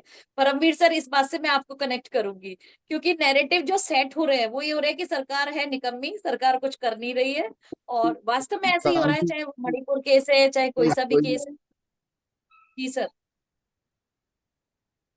जी मनीषा जी। I think मनीषा मनीषा जी, देखिए, सरकार का जो काम होता है ना, वो गार्जियन के तरीके से ही काम होता है। अभी गार्जियन क्या होता है, वो ज्यादा सख्त भी नहीं हो सकता और ज्यादा लीनियंट भी नहीं हो सकता है। दोनों ही केस में उसके सामने वाला जो जिसका अभिभावक है ना, वो उसके ऊपर कंट्रोल खो देगा। ये ऐसे मुद्दे होते हैं जैसे वो कहा जाएगा ना कि बहुत बड़े बड़े, हम लोगों के पास बहुत छोटी सी चीजें, टिप ऑफ द आइसबर्ग पता होती है कोई समस्या की हमें, लेकिन मिनिस्ट्री ऑफ होम के लिए, मिनिस्ट्री ऑफ डिफेंस के पास ना, वो नीचे का आइसबर्ग पूरा दिखाई दे रहा होता है उन लोगों को। तो वो पैनिक ना फैल जाए गवर्नमेंट समाज के अंदर, वो बहुत छोटी छोटी चीजों को रिलीज करते हैं। तो उनका जो वो अपना एक कंस्ट्रेंट जो बना के रखते हैं कि भाई पैनिक ना फैले, हम लोगों को लगता है कि ये तो निकम्मे हैं, ये कुछ कर नहीं रहे हैं। देखिए, हमारी एजेंसीज सारी जगहों पर लगी हुई होती हैं, पूरे के पूरे इनके पास सैटेलाइट्स हमारे ऊपर से चल रहे होते हैं, तो ऐसा नहीं है कि गवर्नमेंट की नाक के नीचे कुछ हो जाएगा, गवर्नमेंट को पता नहीं चल पाएगा। लेकिन वो एक इंफॉर्मेशन बाजार के अंदर ऐसे बड़ी बड़ी स्ट्रेटेजीज, कभी देखिए किसी टीवी चैनल के ऊपर बैठ के गवर्नमेंट, हमारे हम सोचे कि हमारे एचएमओ टीवी पर आएंगे या मोदी जी टीवी पर आएंगे और वो पूरा का पूरा प्लान हम लोगों के साथ शेयर कर लेंगे, तो ये पॉसिबल नहीं है। तो इसीलिए हम लोग छोटी सी उसमें कह देते हैं कि सरकार कुछ नहीं करे, लेकिन काम बहुत चल रहा होता है। ऐसा नहीं है, काम चल रहा है। जैसे अभी भी बातचीत हो रही थी हमारी कि गवर्नमेंट हमारे काम हमारे पीछे बैठी है, हमारे लिए है, लेकिन I have to be responsible myself also, कि मैं मेरे सामान का, हम लोग बस में ट्रेवल अब तो लोग नहीं करते हैं, लेकिन पुराने टाइम में जब मैं कॉलेज में जाता था, तो बस में लिखा हुआ होता था ना कि सवारी अपने सामान की खुद जिम्मेवार है। तो वो आज भी लागू होती है। वो सामान, ये डेटा मेरा है, तो इसका जिम्मेदार सबसे पहले मैं हूँ। मैं थाना कचहरी में जाऊंगा, अगर आप साइबर लॉस को पढ़ेंगे ना, तो उसके अंदर बहुत सारी चीजें, आप किसी को भी ऐसे नहीं कर सकते हैं जैसे हम कहें अपने लोकल पुलिस स्टेशन में जाएं कि फला फला आदमी ने मेरे को चाटा मारा, आप उसको जेल में डालिए, उसको सजा कीजिए। वो नहीं है, वो थोड़ा प्रोसीजर है, वो जाएंगे, उसको उठाएंगे, बात करेंगे। तो ऐसे ही मैं बोलूं कि मेरे खाते में से पैसे निकल गए, इस आदमी ने निकाले, इसको पकड़िए, ऐसा नहीं है। वो आप उसको वो पूरा चेक करने में बहुत समय लग जाएगा, तो इसीलिए precaution is better than cure. और मैं, आप देखिएगा, ये लड़ाई, चाहे डिजिटल युद्ध हो चाहे जो भी है, लड़ाई का सबसे बड़ा हथियार जो होता है ना, वो हथियार होता है अचानक। कि अचानक ऐसा हो गया, जैसे अखबारों में पढ़ते हैं कि अचानक हम बैठे हुए तो अचानक 4 लोग आए, उन्होंने घेरा। तो अचानक जो चीज होती है, जो अचानक काम करेगा वो लड़ता है। जैसे अगर आप कमांडो की वो स्ट्राइक भी होती है, वो अचानक होती है, वो ऐसा नहीं है कि हल्ला मचा के जा रहे हैं कि फला दिन आ रहा हूं मैं। तो साइबर वाले लोग भी क्या है ना, ये अचानक जो चीज हमें टेक्नोलॉजी के बारे में हमें ज्ञान नहीं है, उस टेक्नोलॉजी से हम पे हमला किया जाए, तो उसकी जीत सामने वाले की निश्चित होती है। एक थ्योरी चल रही है, अभी हम बात अफवाह पे करें तो भी मैं आप सभी को बोलूंगा और आपके देखने वाले चैनल के लोगों को बोलूंगा कि ये थ्योरी मैं यूज कर रहा हूँ। एक थ्योरी है कि हमारे सीडीएस विक्रम रावत, जिनका बिपिन रावत जी का, जिनका हेल्थ चॉपर क्रैश हुआ था, वो जो चॉपर पे ट्रेवल कर रहे थे, वो चॉपर कोई ऐसा नहीं था कि आज से 60 साल पुराना चॉपर है, जिसमें वो सीडीएस है। वो तीनों फौजों का कमांडर था। वो चॉपर हाई अपडेटेड चॉपर था, उसमें कोई प्रॉब्लम नहीं थी, लेकिन फिर भी उसके कहते हैं थ्योरी के हिसाब से कि उनके जो कम्युनिकेशन सिस्टम्स में कुछ हुआ, तो जिसके प्रॉब्लम से कुछ हुआ, मतलब टेक्निकल बहुत सारे हुआ, वो क्रैश हो गया। ये थ्योरी है, मैं फिर से चौथी बार रिपीट कर रहा हूँ, लेकिन इस थ्योरी में मेरे को दम दिखाई देता है। जो चीज भी इंटरनेट से कनेक्टेड है, उस चीज को टेम्पर किया जा सकता है। मेरे फोन को टेम्पर करना बहुत आसान है। मेरे घर के वाईफाई से आप मेरा टीवी, आजकल तो स्मार्ट टीवी लगे हुए हैं, वो बहुत आसान होता है। मैंने एक थ्योरी और भी पढ़ी होती है कि जैसे हमारे ये कैमराज हैं, इसको कैमरा, हमारा फोन हैक होता है और हमारे फोन से, हमारे ही कैमरे से मेरे घर की एक्टिविटीज को रिकॉर्ड किया जा सकता है। तो जो भी चीज इंटरनेट से जुड़ी हुई है, तो इसका प्रिकॉशन हमारे हाथ में है कि इसको इस्तेमाल करने से पहले हम लोगों को देखना होगा कि मैं कैसे काम कर रहा हूँ इस चीज को। तो आप कंटेन करने की बात बोलूंगा, ये भस्मासुर वाली बात है। ये भस्मा हमें आशीर्वाद, भगवान का आशीर्वाद मिला है इंफॉर्मेशन टेक्नोलॉजी के, लेकिन इसको हमें अपने अगेंस्ट ना यूज हो जाए, तो इसमें मेरे को अपनी ही बुद्धि लगानी पड़ेगी। Thank you Manisha ji.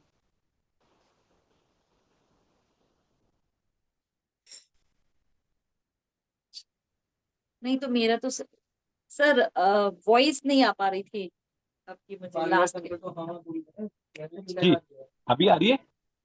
हाँ हाँ। जी जी जी, जी। मैं वही कंक्लूड कर रहा था बस मैं, कि ये भस्मासुर का आशीर्वाद हमें ईश्वर से मिला है, बहुत तपस्या के बाद आईटी के अंदर बहुत तपस्या क्या है? रिसर्च एंड डेवलपमेंट को तपस्या कहा जाता था पुराने जमाने में। तो हमारी तपस्या के बाद आज हम इस जगह मुकाम पर पहुंच गए हैं कि हम लोग इस्तेमाल कर पा रहे हैं। तो इसको भस्मासुर की तरह अपने अगेंस्ट यूज करके थोड़ा कॉशन से यूज करेंगे तो ये हमारे अच्छे ही काल का रहेगा। बाकी मैं फिर से वो बात कहूँ कि डरने की भी बिल्कुल जरूरत नहीं है।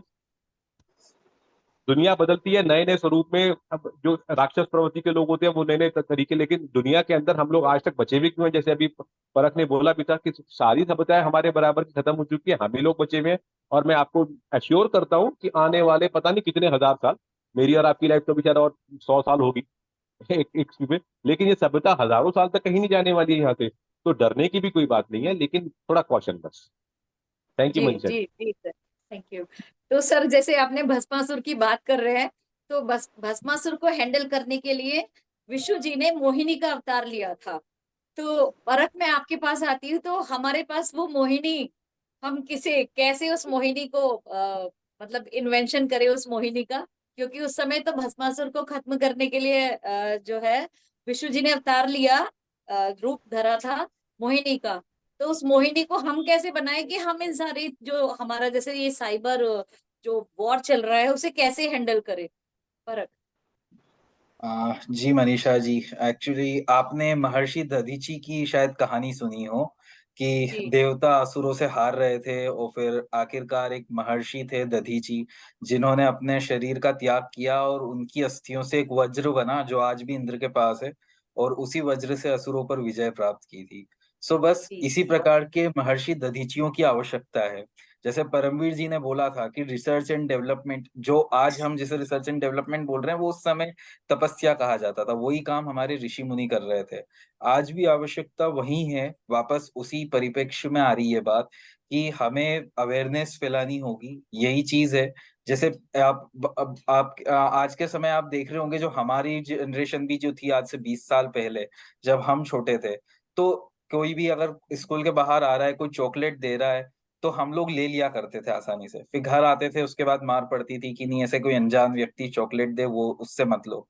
आज के बच्चों को चॉकलेट देना लगभग ना के बराबर है आज, क्योंकि आज वो अवेयरनेस है उनके अंदर कि आपको किसी भी अनजान व्यक्ति से कुछ नहीं लेना है।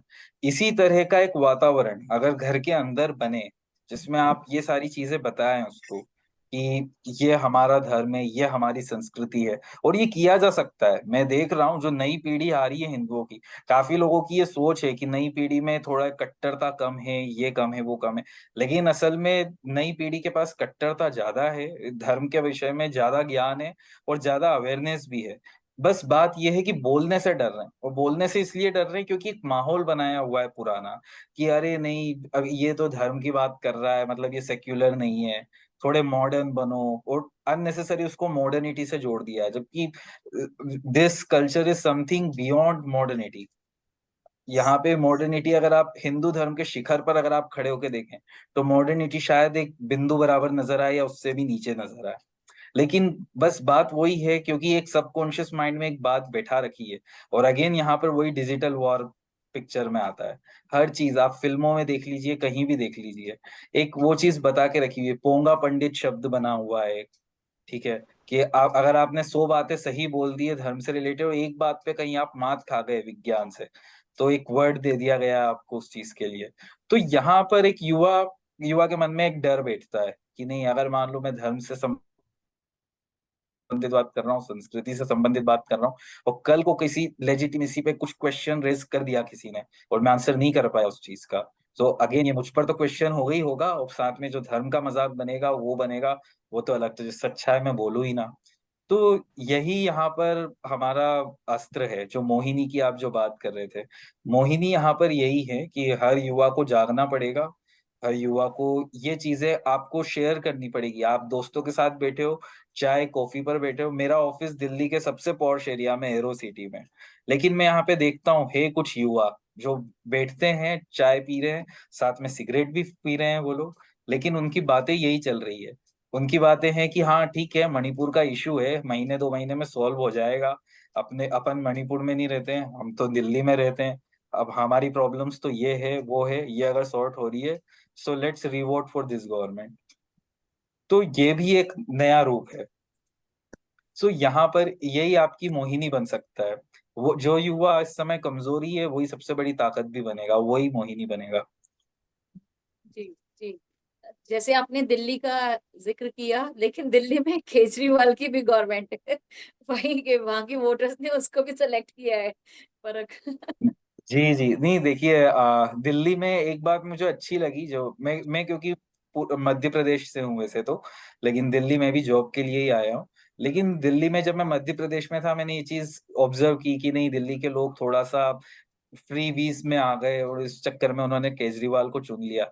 लेकिन दिल्ली के लोगों में एक चीज समझदारी है, उन्हें ये बात समझ में आती है कि यहाँ पे क्या चीजें केंद्र सरकार की है, कौन सी चीज म्युनिसिपैलिटी की है, क्या चीजों में एलजी खुद नियंत्रण करता है और कहाँ कहाँ केजरीवाल कुछ कर सकता है। तो उन्हें ये पता है कि केजरीवाल, अरविंद केजरीवाल इस समय उन्हें बस हॉस्पिटल, एजुकेशन और यही फ्री की इलेक्ट्रिसिटी, इन्हीं तीन चीजों में हेल्प कर सकता है, और बस उन्होंने उसको इसी के लिए चुना हुआ है। तो वो जी एक दिल्ली के लोगों की एक मैच्योरिटी भी है कहीं ना कहीं। लेकिन हाँ, ये जो फ्रीबीज कल्चर है अगेन, ये उसमें प्रमोट ना हो जाए इस वजह से। क्योंकि अब चूंकि दिल्ली है, दिल्ली के बारे में एक सबके मन में धारणा है कि पढ़े लिखे लोगों का शहर है, काफी मॉडर्न सिटी है। तो कल को इसी को कॉपी करने के चक्कर में लोग ये सब चीजें ना शुरू कर दे कि हाँ, हमारे राज्य में भी फ्री में ये मिलना चाहिए, वो मिलना चाहिए। नहीं तो फिर वही जिम्बाब्वे वाली यथास्थिति बनेगी। तो वो एक ध्यान रखना होगा उसमें। जी जी। पर ये सर, मुझे ऐसा लगता है कि क्योंकि ये सिर्फ जैसे हम देखते हैं ना रशिया और यूक्रेन का, तो यूक्रेन सिर्फ यूक्रेन नहीं जो एक ये जो इन दोनों के बीच में जो भी चल रहा है लड़ाई, तो यूक्रेन अकेला नहीं है, पीछे से उसे बहुत सारे लोग सपोर्ट कर रहे हैं, बहुत सारे देश, आई मीन टू से, तो सारे इसको सपोर्ट कर रहे हैं। तो ऐसे ही हम यदि यहाँ देखते हैं अपने देश में, क्योंकि इंडिया, यदि आप इस समय यदि ग्लोबली आप देखें तो इंडिया राइज कर रहा है ऐसे ऐसे समय में जब ब्रिटेन, बड़े बड़े जो सो कॉल्ड बड़े बड़े डेवलप्ड कंट्रीज हैं, वो डूब रही है, उनकी जो जहाज डूब रहे हैं, उस समय जो इंडिया की जो अर्थव्यवस्था है वो राइज कर रही है और डूबी नहीं है। हमारे जो नेबर्स हैं, लाइक जैसे श्रीलंका हो गया, पाकिस्तान हो गया, पाकिस्तान के हाथ में तो कटोरा ही है, और है ना, और दूसरा, लेकिन इंडिया आगे बढ़ रहा है मोदी जी के नेतृत्व में।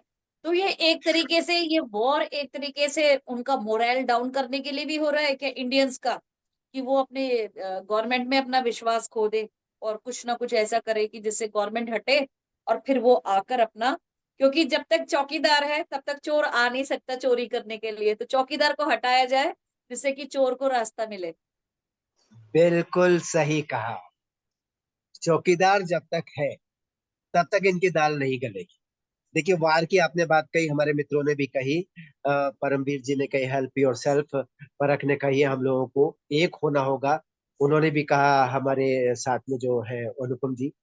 तो सब कुल मिलाकर के कह रहे हैं कि हम अपने दायित्व को समझें, आंख मीच के मुंह खोल के ना पड़े रहे निकम्मे आलसियों की तरह कि सरकार सब करेगी, हमारा अस्तित्व भी बचा लेगी, हमारा बैंक अकाउंट भी बचा लेगी, हमें साइबर अटैक से भी बचा लेगी। यहाँ पे हमारे सारे बुद्धिजीवी मित्रों का कहना है कि भाई जागो, स्थिति को समझो और अपने दायित्व को भी निभाओ। ठीक है ना? तो मैं ये कह रहा हूँ कि वार दो तरह के चल, एक वार जो आपको दिख रहा है, बाहर वाले चाइना है, पाकिस्तान है, उनकी जलन, उनकी कोशिशें, उनकी निकम्मी हरकतें। एक वार वो है जो दिख नहीं रहा है, जो देश के भीतर चल रहा है, देश घातियों से चल रहा है, और जिसको अभी हमारे एक मित्र ने कहा, परख ने भी और परमवीर जी ने भी, आपको नहीं पता चलेगा सरकार लेकिन लगी हुई है। सरकार को दूर तक का पता है, दूर तक दिख रहा है, परमवीर जी ने जो बताया। वो जो चीज आपको बता नहीं सकती, आप पैनिक में आ जाओ। तो वो कर रही है अपने लेवल पे। तो देश घातियों का भी एक बहुत बड़ा जमावड़ा, जिसमें मीडिया के लोग, जिसमें नेता लोग, जिसमें बिजनेसमैन भी हो सकते हैं, इसमें समाज सेवी नाम के निकम्मे भी, जिसमें मैं तो कह रहा हूँ कि आपके जुडिशरी के यानी कि वकील वकील भी हो सकते हैं, पता नहीं कौन हो सकते हैं, मैं किसी को नहीं कह रहा, लेकिन सब हो सकते, सब हो सकते हैं और सब है। जब पकड़ में आते हैं और उनके सपोर्ट में बहुत सारे सीआर एकदम हुक्की हुआ करने लगते हैं, शोर मचने लगता है, तो आप समझ लो ये सब एक है। ये सारा जमावड़ा टूल किट जो है सारा कुल मिलाकर के है, ये एक ही, ये एक दूसरे के लिए बना है। इनको मोटे मोटे पैसे आ रहे हैं, बाहर से भी आ रहे हैं, अंदर से। देखिए, देश में एक शक्ति है मोदी नाम की, वो मोदी की सरकार, जिसको हम लोग सशक्त कर रहे हैं, जो देश को सशक्त कर रहे हैं। और देश के विपरीत भी एक शक्ति है, जो बहुत सारे अलग अलग जहरीले नाग हैं, वो सब एक होकर के पूरी साजिश के साथ लगे हुए हैं, लेकिन फिर भी मात खा, और ये मात खाएंगे 2024 में, 2030 में भी, आगे भी हमेशा। लेकिन इनके साजिशों से सावधान रहना हमारा फर्ज है। वही वाला शेर जो हमेशा पढ़ता हूं, मैं पढ़ूंगा कि ना समझोगे तो मिट जाओगे हिंदुस्तान वालों, तुम्हारी दास्तां तक भी ना होगी दास्तानों में। जो हमारे मित्र परख ने कहा, जो अनुपम जी ने कहा कि हमारी संस्कृति खत्म नहीं होने वाली है, अनंत काल से चल रही है, अनंत काल तक चलेगी, बिल्कुल सही है।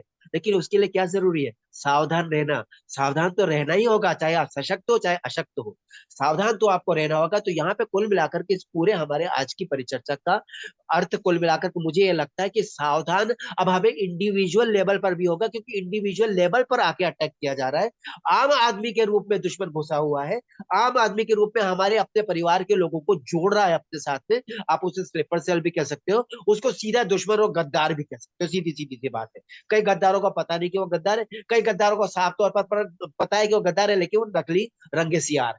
ठीक है, गद्दार रंगे सियार के बीच में हम लोगों को भेद करना बड़ा मुश्किल काम है। तो इसलिए आंख कान खुले रखने, अपनी अपनी जगह अपनी जिम्मेदारी निभानी है। और बहुत अच्छी बात हमारी एक मित्र ने कही, जुड़ना है। संघे शक्ति कलियुगो, संघ से जुड़िए, अग्निवीरों से जुड़िए, देशभक्तों से जुड़िए, सनातनियों से जुड़िए, राष्ट्रवादियों से जुड़िए, जुड़िए, वरना जो तोड़ने वाले हैं वो जुड़े हुए हैं हमें तोड़। सर, तो जैसे हम इसी मुद्दे पर बात कर रहे हैं बार बार कि हाँ ऐसा चल रहा है, और ये जो साइबर वॉर है या डिजिटल वॉर है, ये कई पहलुओं के साथ चल रहा है। नैरेटिव चेंज करने में भी, हमारे कल्चर को डिस्ट्रॉय करने में भी, स्पॉइल करने में भी, और साथ ही साथ जो हमारी युवा पीढ़ी है उसको भी ये शिकार बना रहा है। तो इसके थोड़े से, जैसे हमने कहा कि गवर्नमेंट ही सब कुछ नहीं करेगी, बल्कि हमको भी कुछ करना होगा इसके लिए। तो देश के लोगों से और अपने साथ के लोगों से, अनुपम सर, आप प्लीज बताइए कि क्या क्या करना चाहिए उन्हें कि जिससे इससे बचा रह सके। सबसे पहले मैं बताता हूँ मनीषा जी, भरोसा रखिए। मैं आपको 3 घटना बता रहा हूँ जो हम लोग सब इस पैनल में बैठा हूँ, सब लोग एक्सपीरियंस कर चुका हूँ रिसेंट पास्ट में। सबसे पहला है नोटबंदी। लोगों के पास पैनिक हो गया था, सब जी। लोग एटीएम में लाइन में खड़े हैं, बैंक में लाइन में खड़े हैं, पेपर में आ रहा है कि सनस्ट्रोक होके मर गया, सनस्ट्रोक होके सिक हो गया, एसेट्रा एसेट्रा। जरूरत नहीं था। कुछ लोग ये डिजिटल वार, ये जो साइबर वार है, कुछ र्यूमर फैला दिया था कि आपके पास 1000 रुपया है, जल्दी जाके उसको चेंज करो, अदरवाइज आपका पैसा बर्बाद होने वाला है, कागज का टुकड़ा बन जाएगा। सो crores of people were in Q. उनमें किसान भी है, मजदूर भी है, लेकिन जिसके पास एक्चुअली पैसा है, जिन लोग के पास एक्चुअली ब्लैक मनी है, वो लोग एक भी क्यू में नहीं था, वो आराम से पीछे का दरवाजा से जो करना है करके निकल गया। हम जैसा आम जनता ये साइबर वार के जरिए लाइन में था।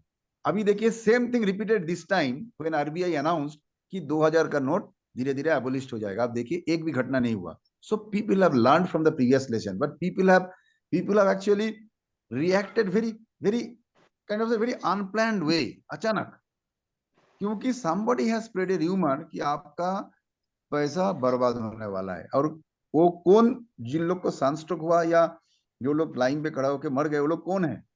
एकदम आम जनता, जिसके पास एक पैसे का भी ब्लैक मनी नहीं है, अपना पैसा था।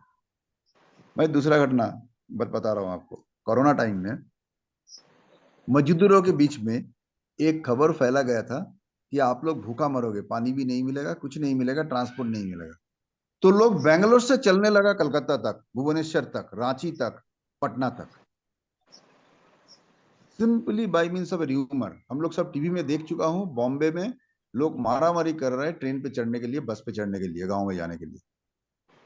अगेन ए साइबर वार। तीसरा चीज, जिस दिन कोरोना के लिए आपका लॉकडाउन डिक्लेयर हुआ, 24 या 25 मार्च ऐसा कुछ होगा, मोदी जी ने डिक्लेयर किया, अचानक देयर इज ए रश, सामान खरीद के रखो, हर दुकान के पीछे लाइन। अगेन ए साइबर वार।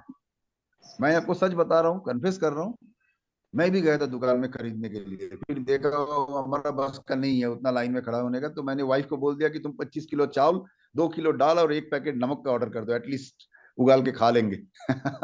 मैं आपको बता रहा हूँ। So we bought from online shopping that also out of panic, कि अगर नहीं मिले। नेक्स्ट डे मैं बाजार में गया, एवरीथिंग इज नॉर्मल, मीन्स सब दुकान खुला नहीं था, बट गवर्नमेंट इन बैंगलोर में government has created certain slots, शाम को इतना टाइम पर दुकान खुला रहेगा, लाइन पे रहो, सोशल डिस्टेंस मेंटेन करो, जाके खरीदो, and we comfortably bought everything. There was no crisis.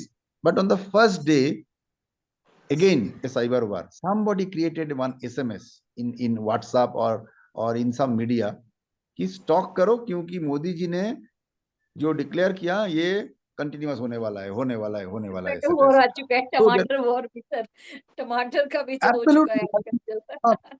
मैं बता रहा हूँ मनीषा जी, ये टमाटर war जो चल रहा है, आप कभी भी आपको मौका मिले तो आप बैंगलोर में आइए, मैं आपको खुद लेके जाऊंगा बाई रोड, यहाँ से अगर area like Kolar, Bulbagal, Hoskote etcetera, जो बैंगलोर का टमाटो बेल्ट है, आपको मैं दिखाऊंगा। किसान लोग गाड़ी भर के टमाटो लेके आता है, जो पाइकारी मार्केट है जहाँ पे वो लोग भाई बल्क बेचते हैं रिटेलर को, अगर बेच नहीं पाया, ऐसा होता है किसानों का, रास्ते किनारे पूरा ट्रक को उल्टा करके चला जाता है, खाली करके चला जाता है। ये हम लोग हमेशा देखता हूँ कि hundreds of kilos of tomato are dumped in the roadside by the kisans, जो वो लोग उस दिन बेच नहीं पाया, ले जाने का जो ट्रक का भाड़ा है उतना पैसा उसके पास नहीं है, तो पूरा 3 महीना का उगला हुआ फसल वो रास्ते के किनारे डंप करके चला जाता है। अगेन ए साइबर वार, किसी ने आज ये करके दिखाया। मैं आपको बता रहा हूँ अजीब क्या चीज, कुछ दिन पहले मैं 4-5 दिन के लिए बंगाल गया था, मेरे गाँव में गया था, जाके मैंने देखा हरा मिर्च ग्रीन चिली 300 रुपये किलो। जिस दिन मैं बैंगलोर से स्टार्ट किया था उस दिन बैंगलोर में वो था 25 रुपया किलो, क्योंकि यहाँ पे हरा मिर्च नॉर्मल, मैंने यहाँ पे हम लोग थोड़ा स्पाइसी खाना खाते हैं। मैं 25 रुपया 30 रुपया किलो देख के गया, वहां पे जाके देखा 300 रुपये किलो। तो मैंने दोस्त लोग को मजा में बोला, अगर तुम लोग हमको फोन पे बता देते कि हरा मिर्च 300 रुपया किलो, तो मैं बैंगलोर से 10 किलो लेके आ जाता, मेरा आने जाने का खर्चा आ जाता। So similarly I have scene की लहसुन, ginger, very expensive, because somebody must be doing some kind of a digital war or some hoarding issue, जिसके लिए हो रहा है। देश के एक कोने में जहाँ पे 80 रुपया में अदरक बेच रहा है, क्या लहसुन बेच रहा है, दूसरे कोने में 300 रुपया 350 रुपया में बेच रहा है। वाई? ट्रक में तो 12-12 15-15 टन जाता है। अगर आप ट्रक का भी खर्चा उठाएंगे तो difference cannot be 200 rupee, difference cannot be 270 रुपी। कैसे होगा ये? वो तो somebody is spreading the rumor or somebody is taking benefit of this, और कौन भुगत रहा है? we are suffering। तो उसके बाद एक बहुत सुंदर एक स्टोरी आया था व्हाट्सएप में, जो मेरा एक मित्र ने हमको शेयर किया था, कि जापान में अगर ऐसा कोई क्राइसिस होता है, people stop consumption, people reduce consumption, so they give it back to those hoarders, to those business people who are actually creating this crisis। so we should also, that is what the physical communication is a must। आपस में बात करना चाहिए, सब कुछ digital में, WhatsApp में और एसएमएस में और फेसबुक पे बात नहीं करना चाहिए। हाउ आर यू, वो भी हम लोग फेसबुक में अपना मित्र को, अपना भाई को पूछता हूँ, या व्हाट्सएप में पूछता हूँ अपने भाई को, हाउ आर यू। अरे फोन करके पूछो ना, what's wrong in that? Physically पूछो, व्हाट्सएप में मैसेज करने का क्या जरूरत है? So you know all this things, and ये हम लोग सब लोग करता हूँ, आप खुद को पूछिए, आप भी किया हुआ। So these are the things, these are the cultures actually we need to stop in our life, and we need to have a clear, we cannot say that we want to avoid technology. You need to use technology, and very judiciously, not because to stand in a queue and lose our life in a sunstroke, neither to hoard 50 kilo rice because Modi ji has declared one lockdown. That is for us, for all good intention he has done it। लोग ने tease किया, थाली बजाने में लोग ने tease किया। No, I am a health care worker, मैं बता रहा हूँ Manisha ji, I am a health care worker. हमको मालूम है what depression I had when I used to enter into ICU during Covid time. I have seen what depression, I used to go 10 times a day। I was heading a hospital in Bangalore in those days, so I know what kind of depression I had, कि patient का मैं मरते हुए देखा। So when Modi ji has said कि health care worker को आप लोग एनकरेज करो, थाली बजाओ, people teased, but you believe me, that was so much encouragement for us कि एटलीस्ट कुछ लोग बरामदे में थाली बजा रहा है और हम लोग को एनकरेज कर रहा है, because I know what depression I had done।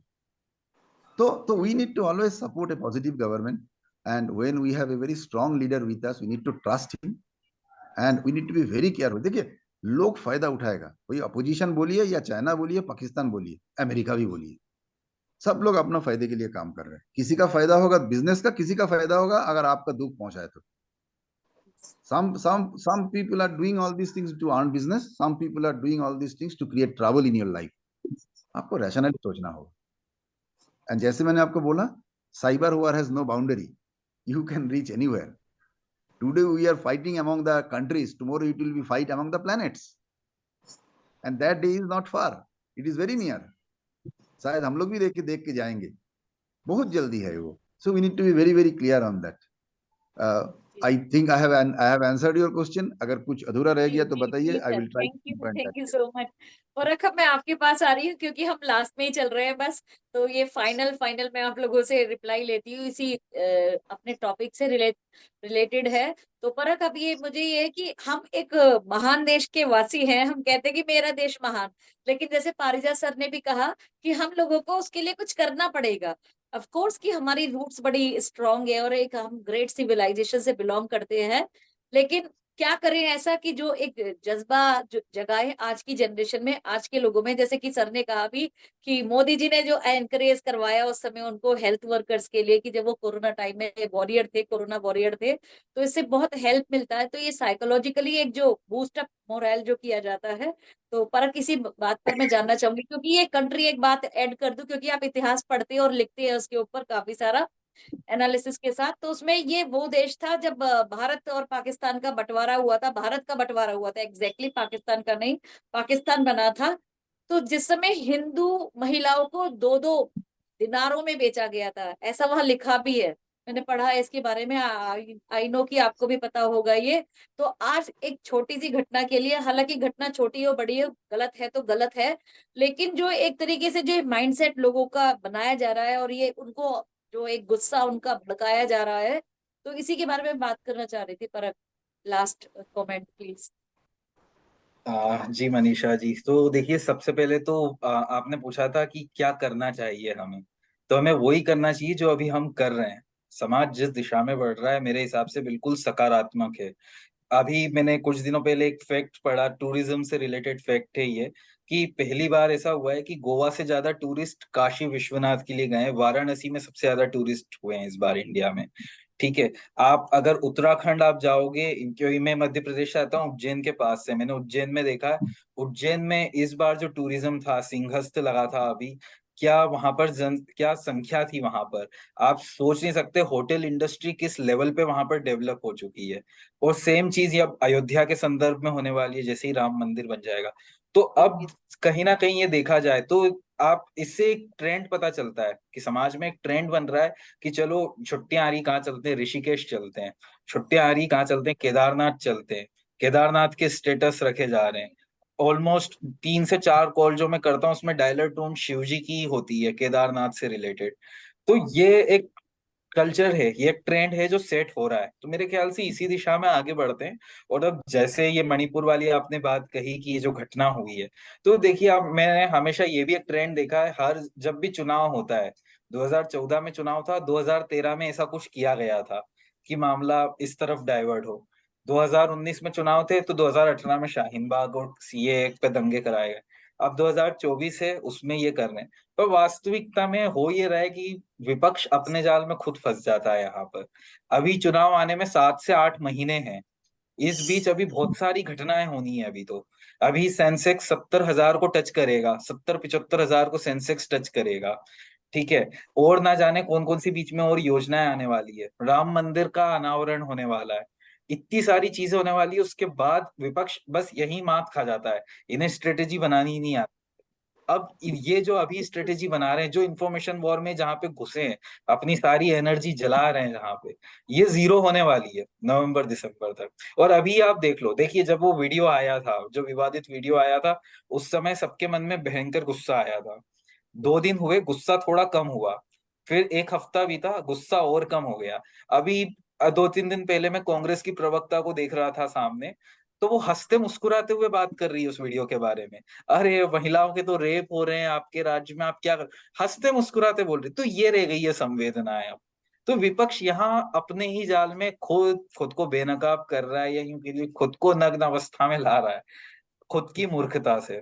और ऊपर से जो बची कुची कसर जो थोड़ी बहुत रह गई थी, वो ये गठबंधन बना दिया है, जो हास्यास्पद गठबंधन बनाया है अभी इतना बड़ा एक। आप खुद सोच के देखिए, अगर आपकी एक पॉलिटिकल पार्टी है जिसमें आप 52 सीटें आप खुद जीत के बैठे हो, और 216 सीटों पर आप फर्स्ट रनर हैं, 268 सीटों पर, मतलब आप सबसे बड़ी विपक्षी पार्टी है। क्या इतनी मजबूत स्थिति में आप कभी गठबंधन करने का ख्याल भी मन में लाओगे ऐसी स्थिति में? पर नहीं, यहाँ सब संभव है, क्योंकि यहाँ पे पिता पुत्र, ज्यादा से ज्यादा पुत्री के जो 2 बच्चे हैं उनको स्कूल से आ गए होंगे ट्यूशन से, और बस उनसे पूछ के डिसीजन ले लिया, बेटा चलो गठबंधन कर लेते हैं स्टालिन अंकल के साथ, ममता दीदी के साथ, और गठबंधन कर लिया इतनी मजबूत अवस्था में। मतलब आपको कुछ करना ही नहीं था, आपको इन्हीं 268 सीटों पर दम लगानी थी। 30-35 सीटों पर एक्स्ट्रा थोड़ा सा लड़ते, और अगर फिर भी कुछ कम पड़ जाता तब आप ममता या स्टालिन से समर्थन ले लेते उस चीज के लिए। आपको इतना बड़ा एक पॉलिटिकल पार्टी, मतलब देखिए कांग्रेस का मतलब सिर्फ आज की तारीख में तो खैर सोनिया गांधी और एक कुछ नाम ही रह गए, लेकिन आप याद कीजिए कांग्रेस एक बहुत अच्छी पार्टी हुआ करती कभी। लाला लाजपत राय इसी पार्टी से निकले। इवन जो आरएसएस के भी जो प्रमुख, जो सबसे पहले सरसंघ चालक थे डॉक्टर केशव हेडगेवार, सो वो भी इसी पार्टी से थे। तो इस पार्टी का एक बहुत अच्छा इतिहास रहा है। पर जब ये पार्टी इस तरह के निर्णय लेती है, तो कहीं ना कहीं अगर आप लोकतंत्र के हितैषी है, शुभ चिंतक है, तो ये चीज सोच में डालती है कि इस बार अगर बिना विपक्ष का लोकतंत्र रह जाता है, तो इसमें गलती इस बार सत्ता पक्ष की नहीं होगी, ये गलती पूरी विपक्ष की है, और सबसे पुरानी राजनीतिक दल की है। तो मेरे ख्याल से इसलिए कोई परिवर्तन की जरूरत नहीं है, जैसे चल रहा है सही दिशा में आगे बढ़ रहे हैं। आगे अभी बहुत सारे पॉजिटिव डेवलपमेंट्स भी होने हैं। मणिपुर ये तो खैर हो गया, अब जो होना था उसको हम एक टाइम मशीन से पीछे जाके सही नहीं कर सकते। लेकिन ये है कि एट द एंड जब 2024 में हम लोग जो वोट देंगे, मैं युवाओं की बात कर रहा हूँ, जो पहली बार वोट देने वाला युवा रहेगा, वो इन्हीं आधारों पर वोट देने वाला है कि मेरे जॉब कहाँ से आ रहे हैं, कितनी सेमीकंडक्टर चिप के प्लांट्स आ रहे हैं। ठीक है, अब इससे कोई मतलब नहीं है कि अडानी को आपने पावर प्लांट दिलाया कि नहीं दिलाया। मैटर ये करता है अगर अडानी ने हमारे शहर में ऑफिस खोल दिया है, एक ब्रांच भी खोल दी, एक फ्रेंचाइजी भी खोल दी है, तो हमारे लिए तो बस वो सब कुछ है, हम उसके लिए वोट करेंगे। तो अब चीज यही है। तो कुल मिला के ठीक है, एक विचारधारा सकारात्मक रूप में जा रही है, और यही ठीक है। जी जी जी, बिल्कुल। पर फारिजा सर, लास्ट जी जी जी कमेंट। जी, बिल्कुल जल्दी से। वो लास्ट कमेंट यही है कि देखिए, बहुत अच्छी बातें हमारे मित्रों ने कही, मुझे बहुत अच्छा लगा, बहुत कुछ ज्ञान प्राप्त हुआ, बहुत विचारों को आंदोलित किया हमारे मित्रों के वक्तव्यों ने। मेरा कहना है कि हमारे देश को एक और वस्तु की आवश्यकता है, घटना की आवश्यकता है, भगवान न करे वो कभी हो, लेकिन चरित्र निर्माण के लिए वो अवश्यंभावी है। एक युद्ध चाहिए, एक युद्ध चाहिए हमारे देश को, क्योंकि युद्ध के बाद ही एक आम आदमी देश प्रेम जगेगा, चरित्र का निर्माण होगा। राष्ट्र का कोई चरित्र नहीं है, राष्ट्र किसी व्यक्ति के अंदर राष्ट्रीय कोई चरित्र नहीं है। तो राष्ट्रीय चरित्र और नैतिकता के लिए हमें कोई या तो कोर्स करना शुरू करना पड़ेगा स्कूलों में जा जा करके, या घरों में घुस घुस के, कि हम संघियों को या आम देशभक्तों को, या फिर कोई युद्ध हो जाए जोरदार तरीके से, तो हम सब एक हो जाए। यही सब कुछ चीजें चाहिए। क्योंकि मेरा कहना है कि आप जो अभी अभी हमारे मित्र प्रारख ने कहा कि हमें ये सोचना होगा हमारे हित से बड़ा हमारे राष्ट्र का हित है। तो हमारे अपनी संकीर्ण स्वार्थ से बड़ा राष्ट्र का हित जब हमें दिखने लगेगा, तो हमारा व्यक्तित्व भी विशाल हो जाएगा। हमारा राष्ट्र तो वैसे ही विशालता में विश्व में, उसकी ऊंचाइयों का तो कोई सीमा नहीं, और उसको अब सिद्ध कर रहे हैं। वापस ग्रैंड यू टर्न आ रहा है। हमारे मोदी जी जो राष्ट्र नायक है, विश्व गुरु बनाने में भारत को लगे हुए हैं, उसमें हम सबका भी योगदान है, हम सबका भी चारित्रिक योगदान और भी हो सकता है। वो इस तरह से कि हम आम आदमी अपने देश को जोक ना बनाए, अपने देश पर मजाक ना बनाए, अपने देश को, अपने देश की भाषा को, अपने देश के चरित्र को, अपने देश की संस्कृति को, अपने देश के धर्म को मजाक, हास्यास्पद है, छोटी और बेकार और कट्टर या बिसरी हुई, भूली हुई या पिछड़ी हुई बात ना मान। राष्ट्र गान गाने से, भारत माता की जय बोलने से शर्माए नहीं, वंदे मातरम कहने से हिचकिचाए नहीं, भारत माता की जय का गौरव भी महसूस करो और अपने बच्चों को भी सिखाए हिंदी बोलने में, राम राम जी बोलने का हम अपने बच्चों को आदत डालें, ये एक परंपरा मिलाए। अपनी संस्कृति पर गर्व करना जरूरी है। सुबह से शाम तक ऐसे अवसर आते हैं कि हम सिर्फ वेस्ट को देखते हैं। पश्चिमी अंधानुकरण एक दिन की बात नहीं है, कई सालों से चला आ रहा है और कई सालों तक चल सकता है, लेकिन ईश्वर की कृपा से जो डिजिटाइजेशन है, जो ये डिजिटल क्रांति है, इसने एकदम से हम लोगों को जागरूक किया हमारे अपने अस्तित्व के गौरव के प्रति। और एकदम से हमें समझ में आया कि अरे हम तो कम नहीं है। हमें एक हीन भावना भी जीती। आज से 30 साल पहले की बात बता रहा हूँ, जब मैं कॉलेज में हुआ करता 1985 में, और पहले की बात हो गई, मतलब 1985 तो ज्यादा पुराना हो गया मामला। जेएनयू में था मैं 88 में। तो उस समय एक सोच हुआ करती थी हिंदी बोलने वालों की या देश की धर्म और संस्कृति, राम राम करने वाला तो महागंवार होता था, भारत माता की जय वो बोलने वाला तो गांव से आया हुआ आता था। आज बदल गया है सब कुछ। तो हमारी मूल बात शुरू हुई थी, धन्यवाद सीमा को, धन्यवाद अंजू को, कि वो हम लोगों को एक बार फिर से इस चिंतन की विचारधारा से उन्होंने जोड़ा, उनकी घटना ने, कि हमारा दायित्व क्या है। हमारा दायित्व यह है कि हम व्यक्तिवाद से उठ के राष्ट्रवाद की तरफ बढ़े और शंखनाद करके बढ़े, सीना ठोक करके बढ़े और उस पर गर्व करें, अपने बच्चों को सिखाएं, आगे आने वाली पीढ़ियों को बताएं कि राष्ट्र के हित से बड़ा तुम्हारा हित नहीं, राष्ट्र सुरक्षित है तो तुम सुरक्षित। जी जी, धन्यवाद सर, आप सभी का बहुत धन्यवाद आज की चर्चा के लिए। लास्ट में बस मैं इतना कहना चाहूंगी कि जैसे कहते हैं ना कि every cloud has a silver lining, तो शंखनाद तो सर हो चुका है। संचार युद्ध है या युद्ध जिस लेवल पर भी चल रहा है, तो वो युद्ध का शुरुआत हो चुकी है, शंखनाद हो चुका है। अब शुरुआत जिसने भी करी हो, अंत हम ही करेंगे, ऐसा मुझे आपकी बातों को सबको सुनकर लगा कि अंत जी हम ही करेंगे और विजय के साथ करेंगे। और ये मैं कहूंगी, जैसे अनुपम सर ने कहा कि संवाद करना बहुत ज्यादा जरूरी है। और परख ने जैसे बताया कि युवा, ये एक अच्छा साइन है, क्योंकि मेरे मन में कहीं ना कहीं ये डर था कि हम अपने इस देश को कहीं कोई, लेकिन जैसे उन्होंने कहा कि नाम ही हमारा तो सनातन संस्कृति है।